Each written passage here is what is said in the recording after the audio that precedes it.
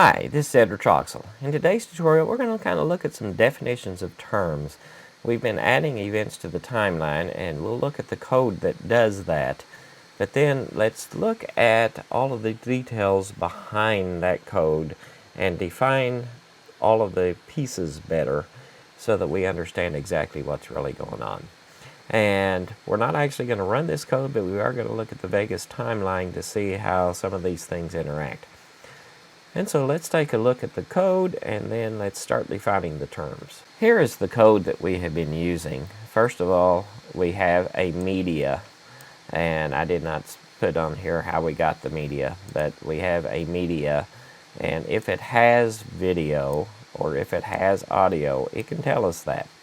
So what we typically do is we get the stream, whether it's video or audio, we get a stream from that media.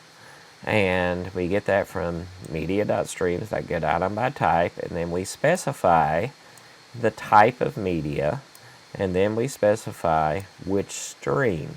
Almost always we have put media type.video, 0. We have to create a new event for the timeline. On the track, we add that new event. Then inside that new event, we have to have a take. So we create a new take, and the take comes from the stream, and then we add that take to the event. But what does all this event, take, stream, everything mean? Well, let's take a look at these definitions. For every event on the timeline, you're going to have one or more takes. Each take comes from a stream, and then each stream points back to a piece of media. Now let's look at the other way.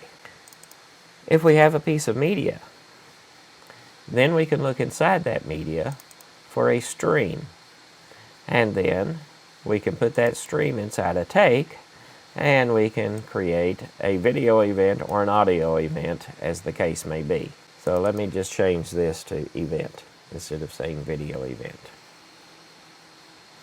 Now things can get more complicated. Hopefully you have media info installed on your machine, and let's look at some pieces of media. For example, here is a piece of music that's in a WAV file. If we look at the media info for this, we can see it says it has one audio stream.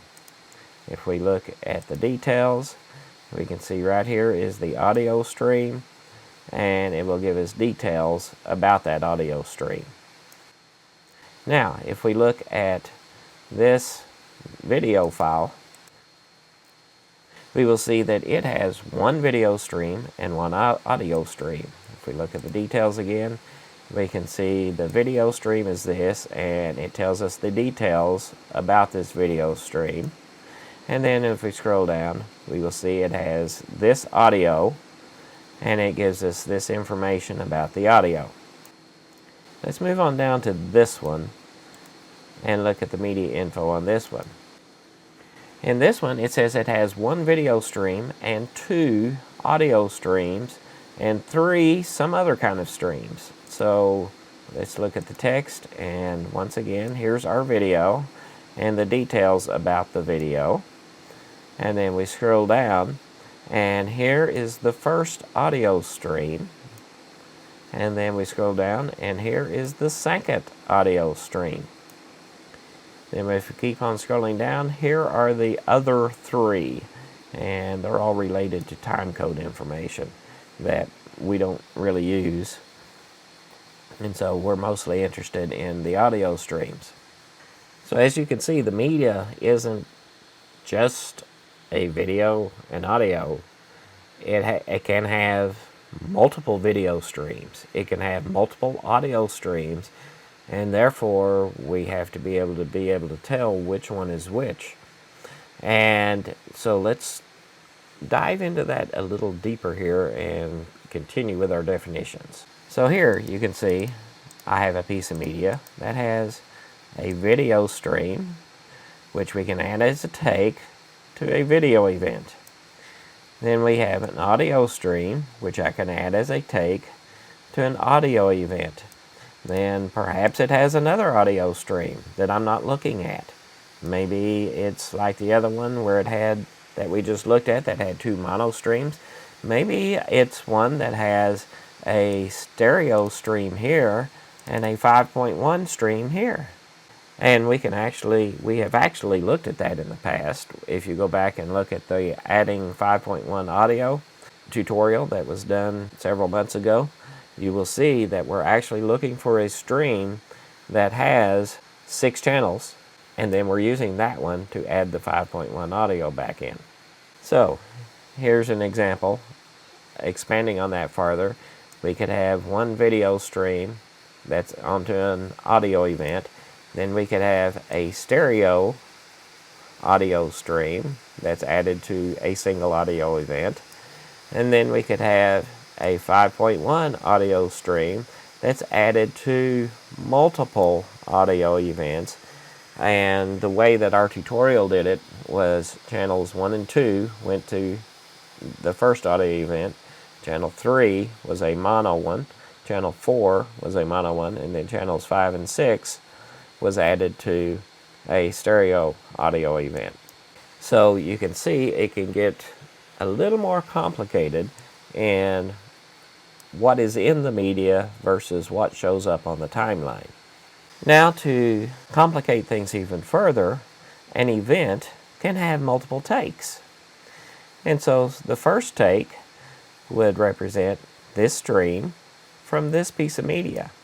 However, we can have another take from another stream from another piece of media, and so forth and so on. So in this case, I'm illustrating we have an event with 4 takes with 4 different streams from 4 different pieces of media. So let's take a look at the Vegas timeline and see how these takes work. So suppose I drag this down to the timeline. Now we have a video event here and an audio event here. Both of them are referring back to this piece of media. Now let me right click and drag this one down, and I'm going to choose Add as Takes. Now you can see the video on the changed. Now I can press T and go back and forth between these 2 takes. So this take is referring to this video, and this take is referring to this video. Now, on the audio, I only have 1 take right now. Notice on the video it says 2 of 2. On the audio, I only have 1 take because I did not drag another take down to that. So let's say that I just take one of these and drag it down and choose Add as Takes. And then I can choose another one. Drag it down, choose Add as Takes. Now let's zoom in a little bit. Now you can see this one is on 3 of 3. As I press T, now I'm on 1 of 3, 2 of 3, and so I can just alternate through these various takes. And that's a very powerful feature of Vegas, in that I can have multiple items on one event and be able to alternate through those. So you may be asking, where is this multiple takes really useful? Well, with Excalibur, when I have the multicam option, I added the option to add the other camera angles as takes. So now as you're going through the program, you've switched through and you figured out which camera angles you want, and you've gone through and finalized the master timeline, and now you're going through and decided, oh, I was on camera 2 in this little section, and I really wish I was in camera 3. All you got to do is click on that and press T, and you can change to the other camera angle. And so by having multiple takes on one event, it can really simplify some activities. Now, are you going to use that every day? No. Most of the time you're going to have a single take on a single event. But it is a very powerful feature. And if we come in here, we can look at the properties, and if we look in here, it's going to tell us this is the take we're looking at. and this is the information about the video, and it will even tell us that that particular piece of media has both video and audio. And then if we change takes and look at the properties again, you'll see now it's looking at the other piece of media, which once again has video and audio. On the audio, we will see that this is pointing us to that particular WAV file that we dragged down, and it only has audio. And if we press T again and choose properties, now we can see that it's pointing back to the original MP4 file, which has both video and audio.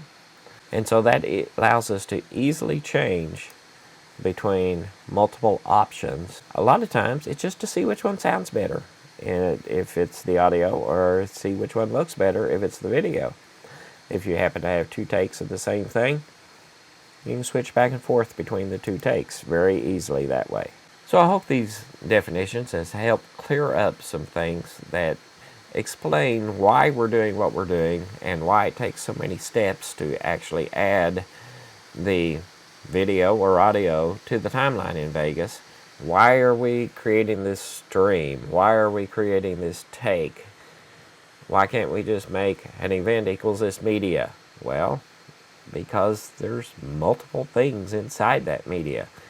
If you remember, a media file can have multiple different types of video, multiple different streams of video, multiple different types of audio, multiple different streams of audio.